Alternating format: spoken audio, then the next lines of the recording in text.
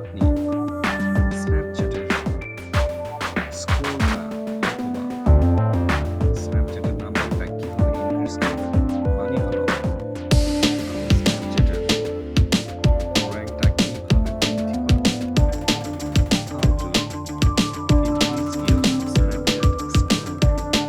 So আমি আজকে আপনাদেরকে সেটি দেখাবো। আপনি এখন আমাকে জিজ্ঞেস করতে পারেন যে ভাই কেন স্ন্যাপচ্যাটের স্কোরটা বাড়াইতে হবে। তার আগে আমি একটি কথা আপনাকে বলে নিই, সেটি হলো যে আমার ভিডিওটি পুরোটা দেখুন। আপনি যদি কোনো ট্রিক্স মিস করেন কিংবা আপনি যদি ভিডিওটি স্কিপ করেন, যদি কোনো অংশ মিস করেন, তাহলে আপনি কোনোভাবেই